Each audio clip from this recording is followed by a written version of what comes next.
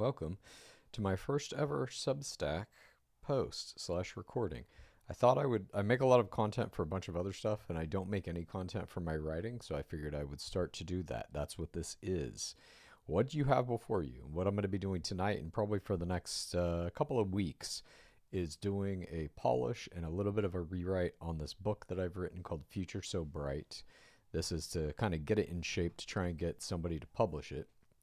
I've written this book on and off for probably 10 years, different iterations, sold it as a TV show, and now it's a novel. It is about a guy dating like 30 years in the future, roughly, when everything is controlled by AI. The process that I do for writing pretty much every time is I'm writing something, I'm listening to a little bit of music, might have a little bit of medicine over the course of the night, who knows? But I'm just going to do this. And I also read out loud when I'm doing a rewrite. So I'm basically going to be reading this book out loud as I'm rewriting it. If this is of interest to you, please enjoy. If it's not, please, no obligation, obviously. But I thank everybody who's going to be here in the beginning of the Substack when I'm still trying to honestly kind of figure out what it's even going to be. But the music I'm going to be playing tonight is just a playlist called Synthwave Chill. I don't think there's any words or anything in it. It's just kind of to give some ambiance, which I need to have as I do this. So there's our music. And now let's dig in. So eventually, if you stick around on this Substack, I am going to get through this whole book. I will have read the whole book.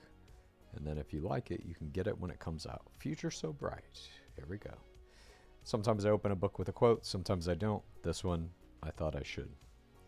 I think there is a general shifting of man's belief patterns, his entire relationship to the concept of the invisible.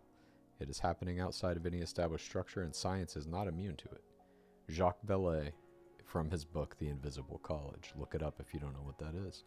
Before we begin, this is our not quite a first chapter, a little prologue, if you will. Before we begin, up next, we have Dandy Tamlinson. Now, this guy was a true rarity.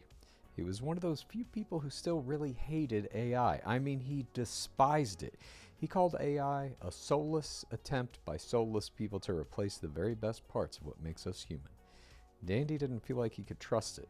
He thought it was up to no good, scheming for some bigger purpose, putting together a plan to wipe out humanity that people weren't smart enough to see.